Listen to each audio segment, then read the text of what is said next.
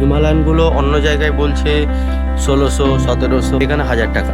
আর আমরা যেটা নিয়েছি BS6 এর হিমালয়ান, দুদিনের জন্য 2500 টাকা। সো এটা একটু ভালো জিনিস। Hello everyone, welcome back to চলেছি আর একটা নতুন ভিডিও নিয়ে। দীপুদা আর আমি বেরিয়ে গেছি, আমার ব্যাগগুলো একদম দেখে নাও।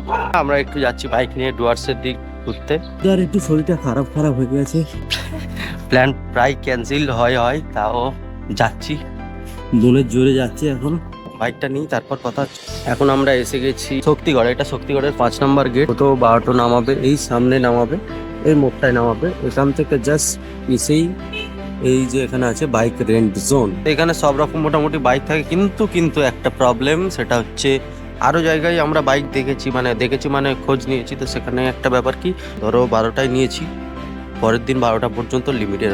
এরা কিন্তু তুমি যদি সন্ধ্যাতেও নাও, ওটা কিন্তু তারপর 12টা পর্যন্ত একটা ডেট কাউন্ট হয়ে যাবে। মানে আরেকটা ব্যাপার, ধরো আজকে নিচ্ছি, আমি পরশু সকালে ফেরত দেবো, ঠিক আছে? এরকম একটা ব্যাপার যদি করি, তাহলে আমাদের মনে হতে পারে যে আজ আমি সকালে নিচ্ছি, পরশু মানে দুদিন হচ্ছে। কিন্তু না, আজকে সকালে নিয়েও যদি আমি পরশু দিন বিকালেও দিই, একই হবে, সকালে দিলেও একই হবে, ঠিক আছে?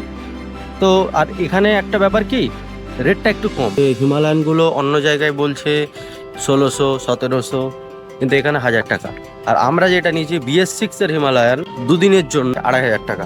সো এটা একটু ভালো জিনিস যে হিমালয়ানের মতো গাড়ি পেয়েছি, BS6 মডেল পেয়েছি। BS3 বা 4 1000 টাকা করে পার ডে। গাড়ি সবই বেরিয়ে গেছে, আমাদের জন্য হিমালয়ানটা আনতে গেছে। সুবিধা এখানে পেপার সাইন করছে। আছে এক্সপালসের রেটটা একটু কম আছে। এক্সপালসটা অতটা ভালো না, আমার অতটা পছন্দ না। হিমালয়ানটা হলে বেস্ট। পেপারস ই করি। টাটা আপাতত, আবার দেখা হচ্ছে বাইক নিয়ে।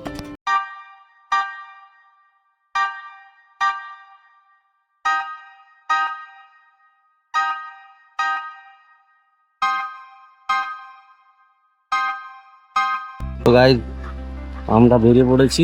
এখন আমরা যাবো কোন দিকে? এদিকে যাবো তো? আচ্ছা, এটা আটকে দেওয়া যাক যেখানটায় ছিল। দীপুদা এখান থেকে ফটো বার করে নিয়েছে, যেহেতু দীপুদার নামে হয়েছে, ওই জন্য দীপুদা ফটোটা বার করে নিল। অথরাইজেশন পেপারটা কোথায়? মানে সাইডে আছে, সেট করে বের করা যাবে তো? ব্যাস। তো আমরা হিমালয়ান BS6 নিয়ে নিয়েছি। আচ্ছা, গাড়িতে কি তেলের কাটাটা খারাপ আছে নাকি বুঝতে পারছি না। হ্যাঁ, খালি সেল করা হবে না, এক্সেলেটর মারতে লাগবে না। এক্সেলেটর মানে না, আগের মডেলে বুঝতে পেরেছি আমি, জাস্ট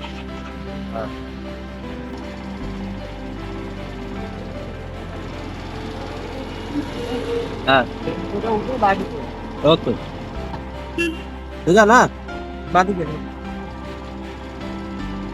এখান থেকে লেফট সাইড নিয়ে নিলাম, এখান থেকে তেল নিয়ে নিচ্ছি। হ্যাঁ, বলে জিরো দেখবেন, যেখানেই তেললেন জিরো দেখবেন, আর কত তেল নিচ্ছে এই অ্যামাউন্টটা দেন। অনলাইন, হ্যাঁ অনলাইন। রাইডিং করবে, পেমেন্ট কাটা তোকে নিয়েছে, হয়ে যাচ্ছে।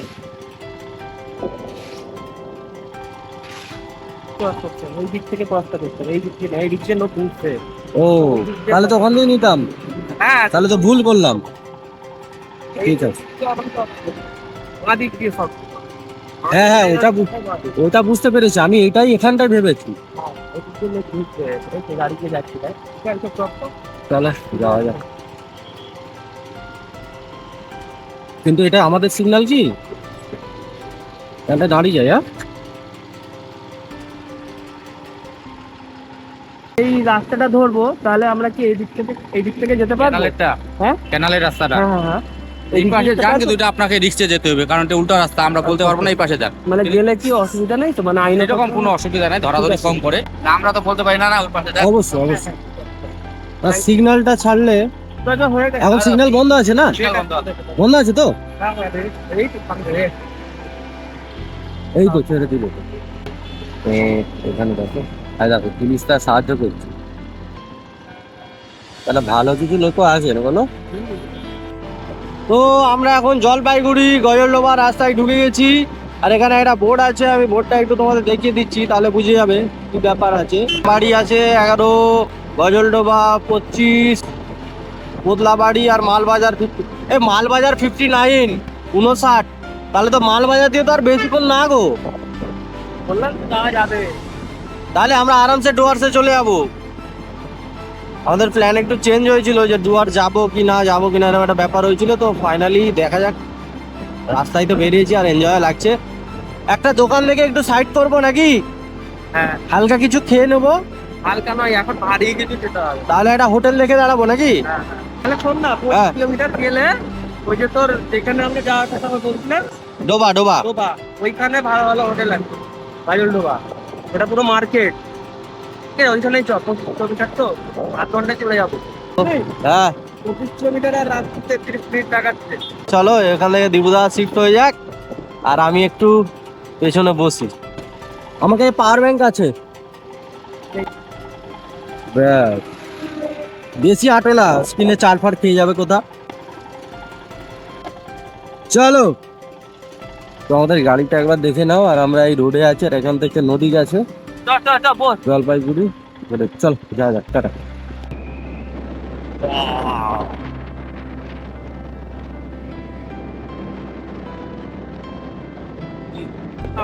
হ্যাঁ হ্যাঁ হ্যাঁ, একটা ব্যারেজ আছে ওটার ওপর থেকে।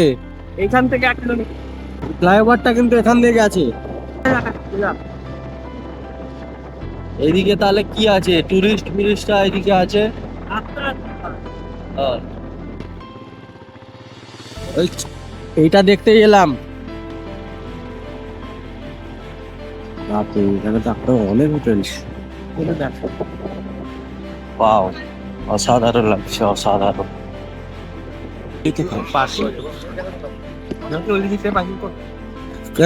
করে যাচ্ছে, হ্যাঁ সব থেকে বেটার।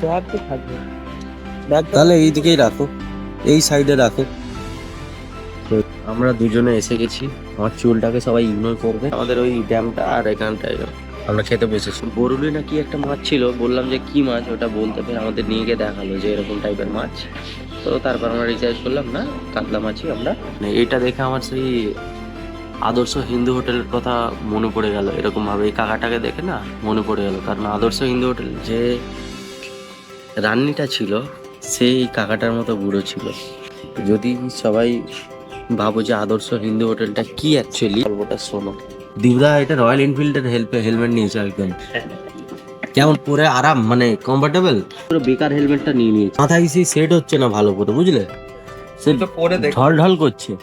আমার একটা খারাপ অভ্যাস হচ্ছে, আমি এখন ব্লগ বানাই, যখন আমি খেতে যাই কোনোদিন আমার খেয়াল থাকে না যে আমি ক্যামেরাটা অন করবো। আজকেও সেই মতো মনে ছিল না, কিন্তু খেতে খেতে মনে পড়ে গেছে আমি একটু দেখে নিই। আমি একটা তরকারি ছিল অলরেডি খেয়ে নিয়েছি। দীপুদাও এই তো এই তরকারিটা, কাতলা মাছ নিয়েছি। এখানে একটা ভালো সাইজের লেবু দিচ্ছে, একটু বড় লেবু, আর রসটা অনেক। আমি এক্সট্রা করে একটু আলু ভাজা, একটা বরবটি কুদরি, দুটো একসাথে। ওটা খুব ভালো হয়েছে বলে আমি একটু চাইলাম, দিয়ে গেল আমাকে। হোটেলটা ব্যাপারটা খুবই ভালো, আর আমি এখন খেয়ে যাচ্ছি। কোনো সময় একটু ব্যাক করবো, কিন্তু না, আমরা আজকে চলে যাবো ঝালং। দীপদার শরীরটা একটু ভালো আছে, আমরা একদম চলে যাবো ঝালং। চলো আমরা এখন খাওয়া দাওয়াটা করি, খাওয়া দাওয়া করে আবার কথা হচ্ছে তোমাদের সাথে। টাটা আপাতত।